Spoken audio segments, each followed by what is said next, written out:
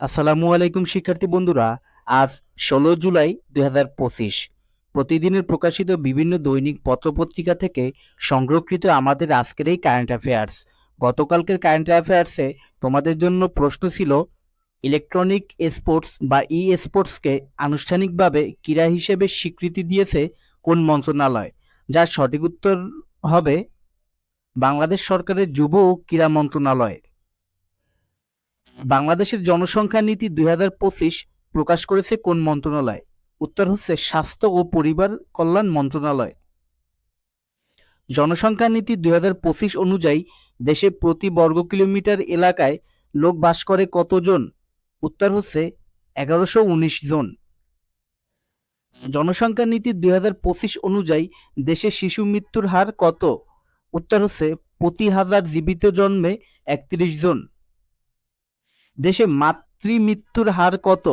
উত্তর হচ্ছে প্রতি লাখে 135 জন।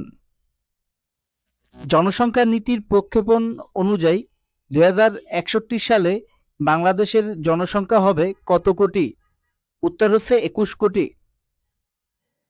ইউনিসেফের তথ্য অনুযায়ী বাংলাদেশে 18 বছর বয়সের আগে মেয়েদের বিয়ে হয়ে যায় কত শতাংশ? উত্তর হচ্ছে 51.4%। গাজায় 21 মাসের সংঘাতে ইসরায়েল কর্তৃক নিহত চিকিৎসাকর্মী কতজন? উত্তর হচ্ছে 1400 জন। ফিফা ক্লাব বিশ্বকাপ 2025 এ চ্যাম্পিয়ন হয়েছে কোন ক্লাব? উত্তর হচ্ছে চেলসি এবং রানার্স আপ হয়েছে পিএসজি। ফিলিস্তিনিদের জন্য বন্দি শিবির গড়ে তোলা হয়েছে কোথায়? উত্তর হচ্ছে গাজার রাফায়। ৬৬তম গণিত অলিম্পিয়াড শুরু হয়েছে কোন শহরে? উত্তর হচ্ছে সানশাইন কোস্ট, অস্ট্রেলিয়া। বিশ্বের সবচেয়ে বুদ্ধিমান এআই এর নাম কি? উত্তর হচ্ছে গ্রোক 4। দেশের তফসিলি ব্যাংকের সংখ্যা কতটি? উত্তর হচ্ছে 61টি। ইউরোপীয় ইউনিয়ন কোন সাল থেকে বাংলাদেশে জিএসপি সুবিধা দিয়ে আসছে? উত্তর হচ্ছে 1976 সাল থেকে। দ্রুজ সম্প্রদায় কোন অঞ্চলের অধিবাসী? উত্তর হচ্ছে সিরিয়ার দক্ষিণাঞ্চলের। জাতীয় যুবনীতি প্রণীত হয় কবে? উত্তর হচ্ছে 2017 সালে। বর্তমান অন্তর্বর্তী সরকার মোট কয়টি সংস্কার কমিশন গঠন করেছে? উত্তর হচ্ছে 11টি। সম্প্রতি ত্রাণের উদ্দেশ্যে গাজা অভিমুখী আলোচিত অলাভজনক সংস্থা ফ্রিডম ফ্লোটিলা কোয়ালিশন এর নতুন জাহাজের নাম কি? উত্তর হচ্ছে হামদালা। আরব বসন্তের শুরু কোন দেশ থেকে হয়েছিল? উত্তর হচ্ছে তিউনিসিয়া।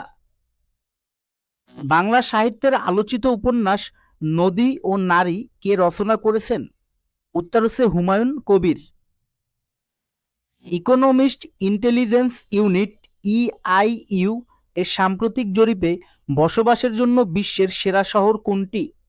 উত্তর হচ্ছে কোপেনহেগেন, ডেনমার্ক। ওয়াটারলুর যুদ্ধ কখন হয়েছিল? উত্তর হচ্ছে 1815 সালে।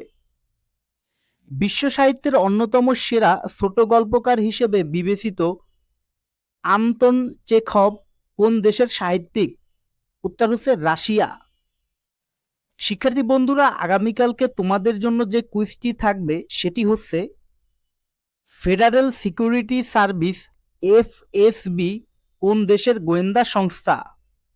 ভিডিওটি যদি ভালো লাগে অবশ্যই ডেইলি শিক্ষা ইউটিউব চ্যানেলকে ফলো করবে। ধন্যবাদ সবাইকে।